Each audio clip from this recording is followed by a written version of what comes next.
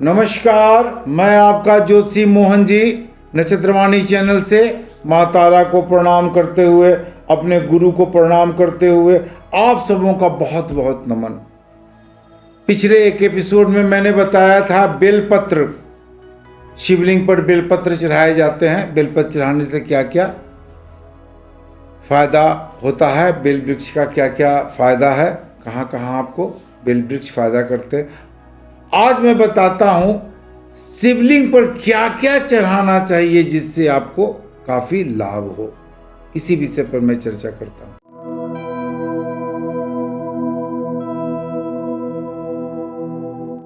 सबसे पहले, अगर शिवलिंग पर आप कच्चा चावल चढ़ाते हैं,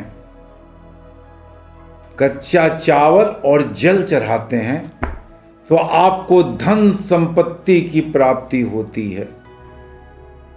अब ऐसा है कि कच्चा चावल एक दिन चढ़ा दिए और कहें कि हम करोड़पति हो गए, ऐसा हो गए, तो ऐसा नहीं होगा।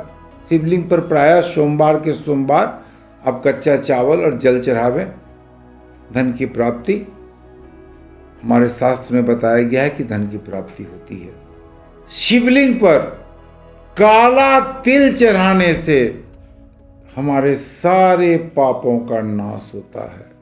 काला तिल और जल चढ़ाने से हमारे सारे पापों का नाश होता है।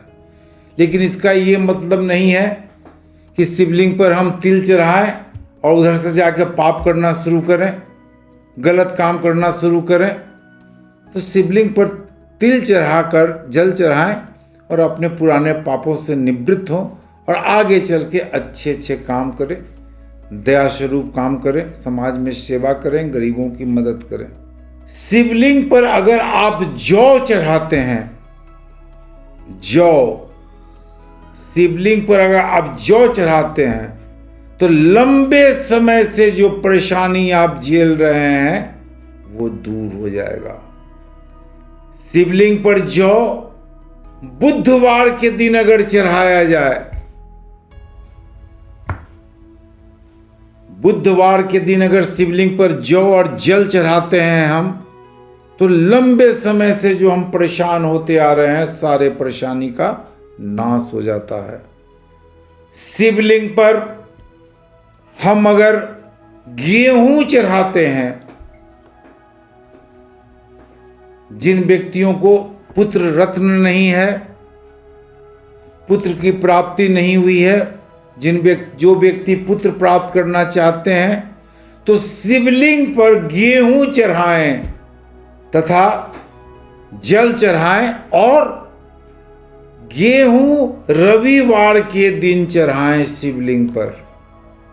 अगर रविवार के दिन नियमित शिवलिंग पर आप गेहूं चढ़ाते हैं, पुत्र संतान की प्राप्ति की कामना है, तो आप अपने जीवन साथी के साथ शिवलिंग पर गेहूं चढ़ाएं और दिन होना चाहिए रविवार।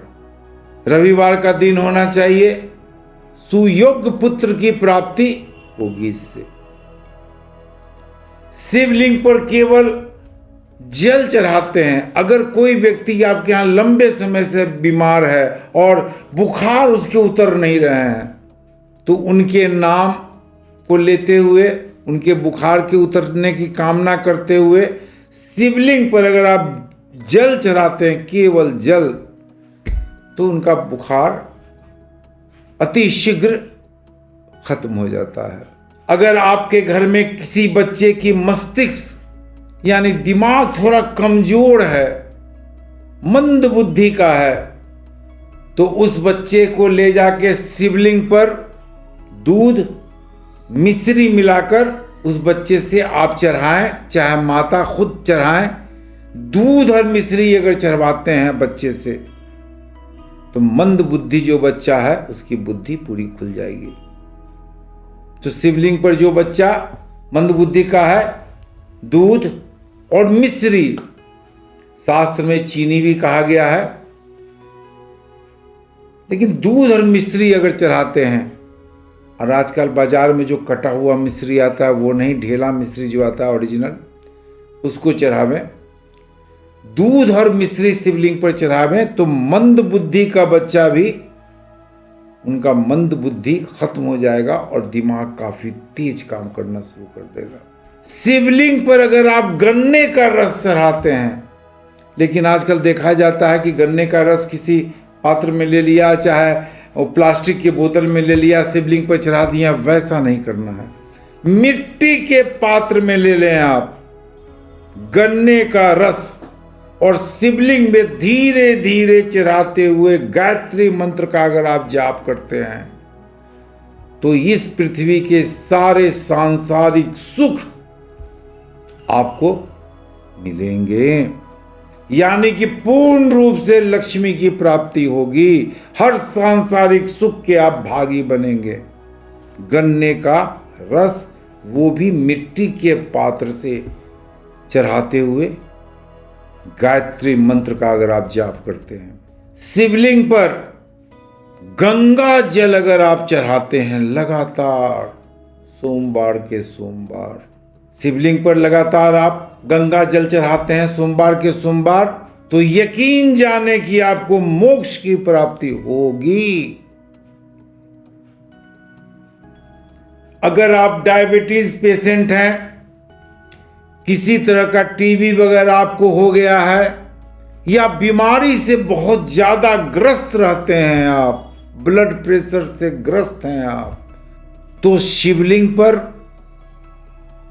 मध चढ़ावें। मध चढ़ाते हुए शिव जी के मंत्रों का जाप करें।